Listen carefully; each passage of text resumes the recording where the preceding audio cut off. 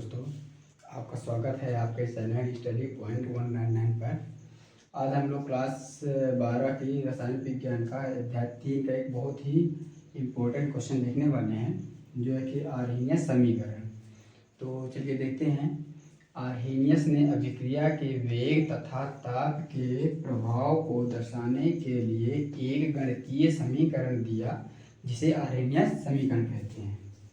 ठीक है, फिर देखिए क्या है कि आर्हेनियस समीकरण आर्हेनियस नियम के अनुसार किसी अभिक्रिया का वेग स्थिरांक जो के है e⁻⁻A/RT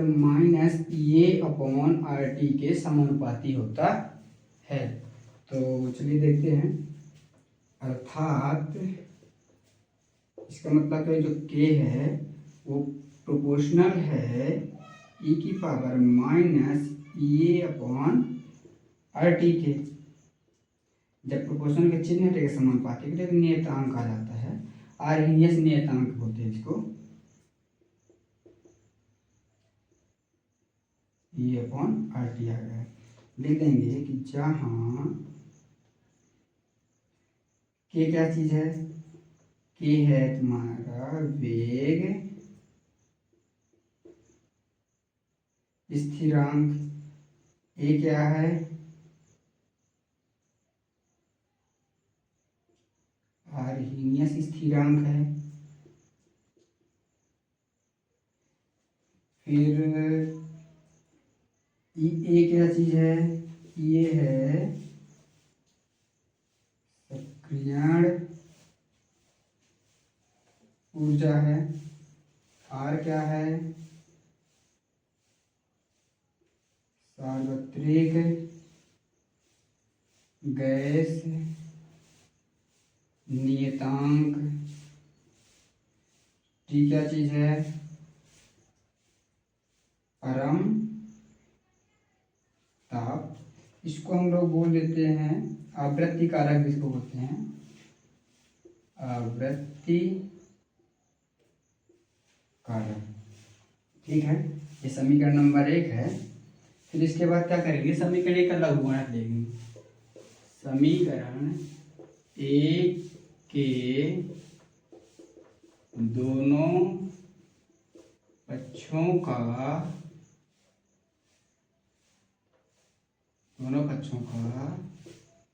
लघुगणक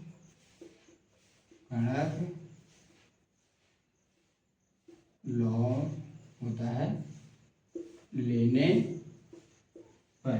चलिए लेते हैं, तो क्या हो जाएगा, वो लॉग बेस में ही के रहेगा, यहाँ में ले लेंगे लॉग A⁻⁸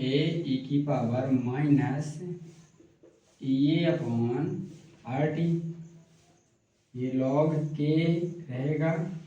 यहाँ देखिए इसको लॉग m इंटू n देखते हैं, तो फॉर्मूला होता है, यहाँ लिख देते हैं फॉर्मूला। चूंकि लॉग m इंटू n बराबर होता है log m plus log n के होता है, तो क्या हो जाएगा यहाँ से log a plus log e⁻⁻A/RT हो जाएगा। ठीक है, फिर इसके बाद यहाँ से हो जाएगा, ये लॉग है, लॉग e के बराबर लॉग e_a। अब यहाँ फिर से फार्मूले लग जाएगा लॉग का, लॉग m की पावर n। तो क्या होता है, पावर बाहर कर देता है, लॉग n log m हो जाएगा यहाँ से। ठीक है, तो चलिए लिख देते हैं। माइनस का है तो यहाँ माइनस आएगा, प्लस में माइनस हो जाएगा, तो E⁻⁻RT लॉग ई आ जाएगा, यहाँ से बेस में लिख देंगे। फिर हमको पता है चूंकि लॉग ई का मान कितना होता है, ये बेस में ई रहेगा, 1 होता है, तो यहाँ कितना बन जाएगा, ये लॉग ई का मान 1 हो जाएगा, तो कितना बचेगा लॉग ई के बराबर लॉग E⁻⁸ बचेगा। ठीक है, अब हमको ये भी पता है कि चूंकि लॉग ई एक्स बराबर होता है 2.303 लॉग 10 में बदल रहे हैं, लॉग 10 एक्स आ जाएगा। तो चलिए मान रख देते हैं, इसका मान रखते हैं, इसलिए 2.303 लॉग 10 के बराबर 2.303 लॉग 10 ए माइनस ई ए अपॉन आर टी रहेगा। फिर अब पूरे समीकरण में इससे भाग कर देते हैं, 2.303 से पूरे समीकरण में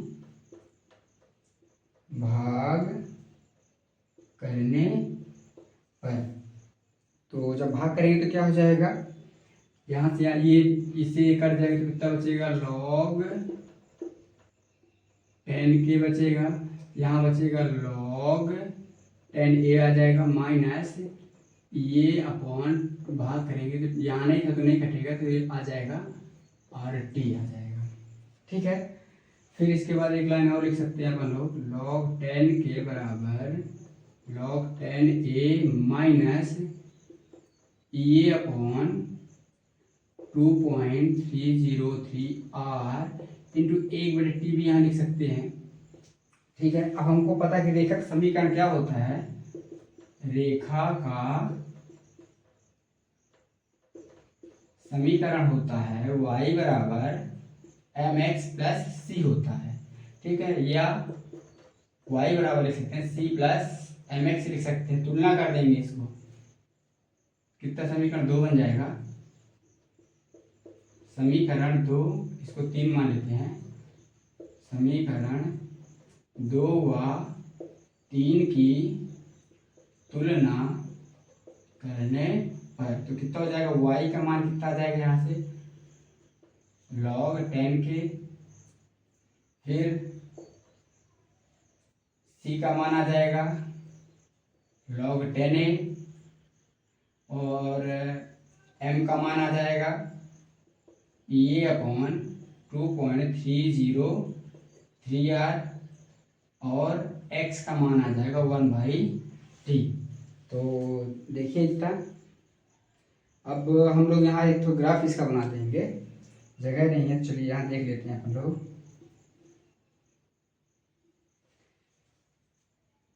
ये होता है y एक्सिस, ये होता है x एक्सिस, ये x है और ये y है, ये ढाल कहलाती है।